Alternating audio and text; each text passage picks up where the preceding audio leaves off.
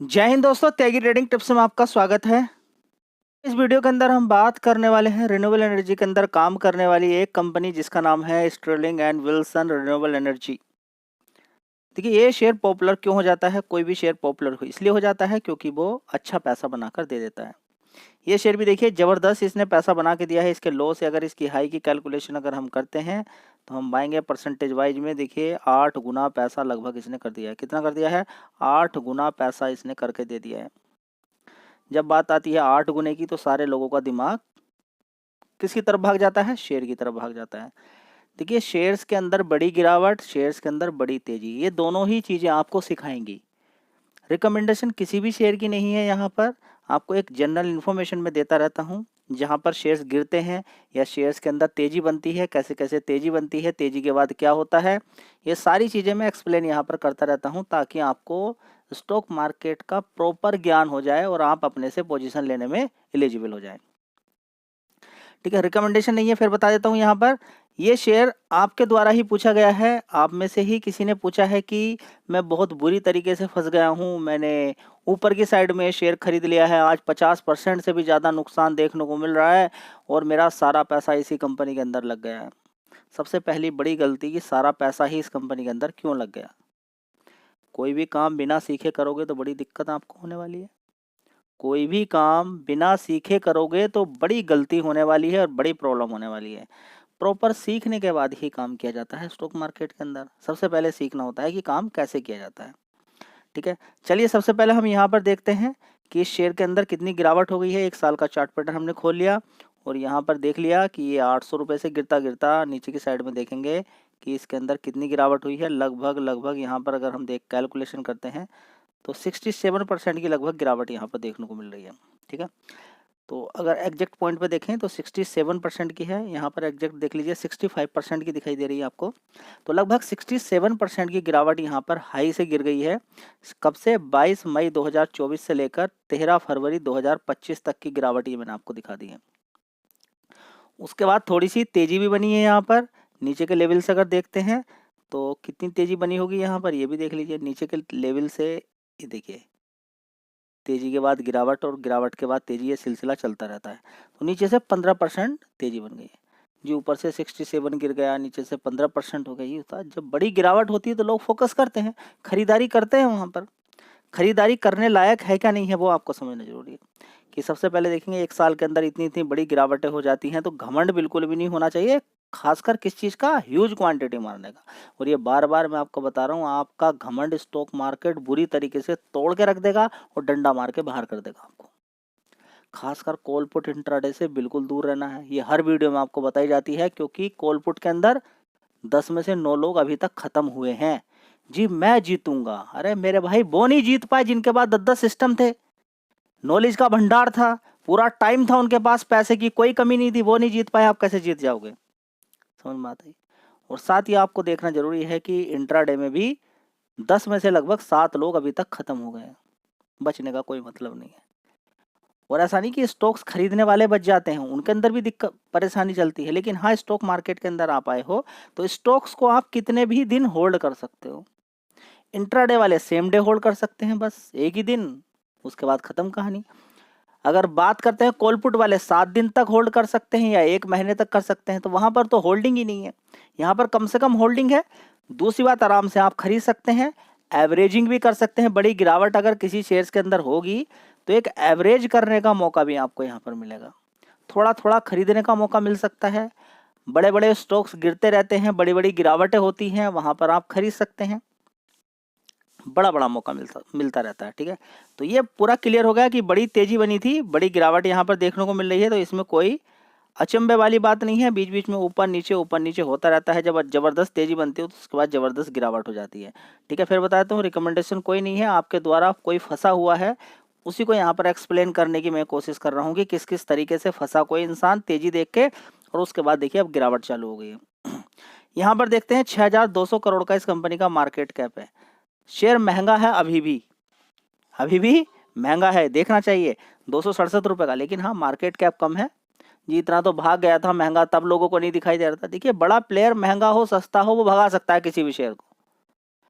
Reliance industry जैसे share को 18-18 लाख करोड़ का मार्केट कैप उसको भगा दिया जाता है, तो ये तो छोटा सा समझिए कि बिल्कुल कुछ भी नहीं है उसके सामने, रिलायंस इंडस्ट्री के सामने। बात समझ में आ रही है आपकी? दोस्तों यहाँ पे देख लीजिए, दिसंबर क्वार्टर की अगर बात करते हैं स्टर्लिंग एंड विल्सन रिन्यूएबल के बारे में, यहाँ पर देखते हैं एक साल पहले 583 करोड़ का इस कंपनी का रेवेन्यू आता था, उसके बाद 1178 करोड़, फिर गिरावट 915 करोड़, 1030 करोड़ का, उसके बाद 1837 करोड़ का।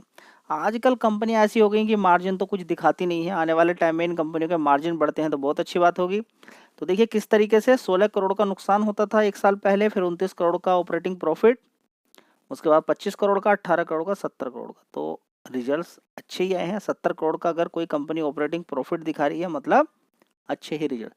अच्छे रिजल्ट से क्या हुआ, गिरावट देखने को मिल रही है। आप समझते क्यों नहीं है त्यागी ट्रेंड? चलिए आगे देखते हैं। आगे हम अगर और बढ़ते हैं यहाँ पर, तो देखिए प्रॉफिट भी 17 करोड़ का है, पिछले एक एक डिजिट से थोड़ा सा बड़ा है। तो रिजल्ट्स की परफॉर्मेंस हम बोलेंगे सही है। पहले देखिए कितना बड़ा बड़ा नुकसान इस कंपनी के अंदर होता था, ठीक है। तो परफॉर्मेंस वाइज सही है।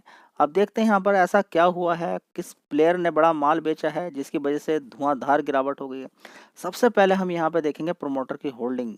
समझना होगा, प्रमोटर, ऑपरेटर, मैनुपुलेटर, FIDIs यही बड़ा खेल करते हैं शेयर्स के अंदर। 78 करोड़ की यहाँ पर अगर देखेंगे, सॉरी 78 करोड़ नहीं बोलेंगे, 78% की हिस्सेदारी होती थी प्रोमोटर्स की, आज की डेट में 45% की रह गई है। तो देख लीजिए कितनी बड़ी गिरावट देखने को इस शेयर के अंदर मिली है। माल इन्होंने जबरदस्त बेचा है, लगातार बेच ही रहे हैं अभी भी। तो देखते हैं, अभी पिछले 2 क्वार्टर से शांत है, ठीक है। यहाँ पर अगर देखते हैं तो देखिए इन्होंने बेचा तो खरीदा किसने था, देखिए खरीदा भी होगा किसी ने, किसने खरीदा? FIDIs 2% और 3% की हिस्सेदारी होती थी। आज की डेट में FIs की जो 2% की हिस्सेदारी थी वो 14% तक बढ़ी, अब घट गई है। इन्होंने बेचना शुरू किया और शेयर के अंदर प्रेशर बन गया। DIs की कितनी थी? 9.70 की, कितना है? 9.82% की। मतलब DIs ने अभी तक माल इसके अंदर बेचा ही नहीं है। समझ बताइए। तो अगर बात करें पब्लिक की, तो बढ़ा यहाँ पर बढ़ोतरी देखने को मिली है। तो प्रमोटर ने और FIs ने जबरदस्त बिकवाली करके पहले तो खरीदारी की, दोनों ने एक साथ माल को वो बेचते रहे। तो FIs यहाँ पर एक्चुअली में पैसा कमा के ले गए हैं। एक्चुअली में पैसा किसने कमाया? FIs ने। तो सब जगह FIs ही पैसा कमाते हैं। देख लीजिए कितने बड़े हैं, अभी वो माल बेच रहे हैं तो शेयर के अंदर गिरावट हो रही है। रिजल्ट्स वाइज देखें तो कंपनी के अंदर जान मुझे अभी यहाँ पर दिखाई दे रही है। रिन्यूएबल एनर्जी के अंदर अगर आप देखें तो देखिए सोलर पैनल लगाना होता है। तो कंपनी की थोड़ी सी जानकारी भी आपको होनी चाहिए। देखिए जितनी ज़्यादा जानकारी निकालोगे उतना अच्छा रहेगा। रिलायंस के पास इस कंपनी की 32.6% की स्टेक है। आप देखेंगे रिलायंस इंडस्ट्री भी बीच बीच में आपको खबर देखने को मिलती रहती है कि हम इतने हम चार्जिंग स्टेशन लगाएंगे, ये खबर आपको देखने को मिलती है। इतना सोलर पैनल के अंदर हम इतना काम करने वाले हैं, सोलर एनर्जी के अंदर इतना बड़ा बड़ा काम करने वाले हैं। तो ऐसे ही कंपनी को एक्विजिशन किया जाता है। कंपनी की अगर बात करें तो लार्जेस्ट एक सिंगल लोकेशन के अंदर सोलर फोटोवोल्टिक की अगर बात करें, प्लांट लगभग 1177 मेगावाट का दुबई के अंदर प्लांट बनाकर तैयार कंपनी ने किया है। तो लीडिंग सोलर है, EPC सॉल्यूशन प्रोवाइड करती है। अगर आप EPC की बात करते हैं तो आपको मालूम होना चाहिए EPC पर ही देखिए पूरा काम चलता है। आप देखेंगे बड़े बड़े कंस्ट्रक्शन होते हैं। देखिए किसी भी गैस वाली कंपनी के अंदर बात करें या फिर रिन्यूएबल एनर्जी वाली कंपनी के अंदर EPC का बड़ा योगदान है। EPC का मतलब इंजीनियरिंग मतलब सर्वे करना है, डिजाइन करना है, ड्राइंग करनी है, उस पर्टिकुलर फील्ड के अंदर सर्वे करना है। जैसे कि बात करें सड़क बनानी है तो नई सड़क कैसे तैयार हो, नई सड़क को कैसे तैयार करना है, या फिर पुरानी सड़क है उसमें क्या क्या सुधार है, कितनी चौड़ाई होनी चाहिए, सारी चीज़ें उसके अंतर्गत आती है। सर्वे होना, इन्वेस्टिगेशन, सारी चीज़ें। उसके बाद आता है EPC के अंदर ही प्रोक्योरमेंट, ठीक है। तो देखिए मशीनरी की रिक्वायरमेंट होती है, मशीन की रिक्वायरमेंट होती है, इक्विपमेंट की रिक्वायरमेंट होती है, ठीक है। जैसे कि मान लीजिए सड़क बनाने की बात कीजिए या फिर पर्टिकुलर सोलर एनर्जी के अंदर ही देखिए किस किस चीज़ की रिक्वायरमेंट होती है, ठीक है। ग्लास की रिक्वायरमेंट होती है, उसको प्लांट लगाने के लिए बहुत सारी चीज़ों की रिक्वायरमेंट होती है, ठीक है। तो पूरा उसके बाद सारी चीज़ों के बाद कंस्ट्रक्शन स्टार्ट होता है। तो EPC के अंदर अगर देखें तो कंपनी लीडिंग है। लीडिंग सोलर की बात करें, प्लेयर है, ग्लोबली भी कंपनी काम करती है, ठीक है। Number 1 solar EPC player in Australia के अंदर है, ठीक है। तो EPC पोर्टफोलियो देखेंगे 18 गीगावाट की अगर बात करें तो इतना है। तो कंपनी का काम काफ़ी शानदार है, बढ़िया शानदार कंपनी काम कर रही है। ठीक है, तो अगर बात करें रूफटॉप की बात करें, फ्लोटिंग सोलर पावर प्रोजेक्ट की बात करें, इन सभी के अंदर कंपनी काम करती है। इंटरनेशनल ईपीसी की अगर बात करते हैं, क्योंकि विदेशों के अंदर भी कंपनी काम करती है, 13% का कंपनी का ईपीसी का मतलब पूरा किसी भी पूरा काम करने का पूरा ब्यौरा, ये मान के चलिए। जो भी कंपनी ईपीसी, उसके अंदर लेबर कितना रखना है, किसी को इंजीनियर रखना है, किसी को मजदूर किसको रखना है, सारी चीज़ें उसके अंदर अंतर्गत आ जाती हैं। ठीक है, डोमेस्टिक ईपीसी से 80% का रेवेन्यू आता है, ये बहुत अच्छी बात है। चलिए, ऑपरेशन एंड मेंटेनेंस से 7% का रेवेन्यू आता है। जियोग्राफिकल प्रेजेंट की बात करें कंपनी की, तो ऑफिस 28 कंट्रीज़ के अंदर हैं। ठीक है, और प्रोजेक्ट की बात करें 20 कंट्रीज़ के अंदर एज ऑफ मार्च 2024 तक कंपनी का 20 देशों के अंदर प्रोजेक्ट इस समय चल रहा है। क्लाइंट भी एनटीपीसी कंपनी का क्लाइंट है। ठीक है, इसके अलावा देखें तो अलग अलग बहुत सारे क्लाइंट आते जाते रहते हैं। 8,064 करोड़ का कंपनी का क्या है, ऑर्डर बुक है, ये भी आपको मालूम होना चाहिए। तो अलग अलग जगह से कंपनी का रेवेन्यू आता रहता है, ऑर्डर्स मिलते रहते हैं। इंडिया से 84%, यूरोप से 14%, ऑस्ट्रेलिया से भी। ठीक है, तो और मिला के देखें तो कंपनी काफ़ी शानदार है। बस ये है कि आने वाले टाइम में कंपनी किस तरीके का काम करती है, उसी के ऊपर सारा चीज़ें रहेंगी। शेयर के अंदर एक बार तेज़ी बन जाती है, कुछ लोगों को लगता है कि शेयर गिरावट में फिर नहीं जाएगा, तो यही सारी चीज़ें देखने को मिलती है। रिकमेंडेशन कुछ नहीं है, तो चाहो तो शेयर पे भी आप फोकस कर सकते हो।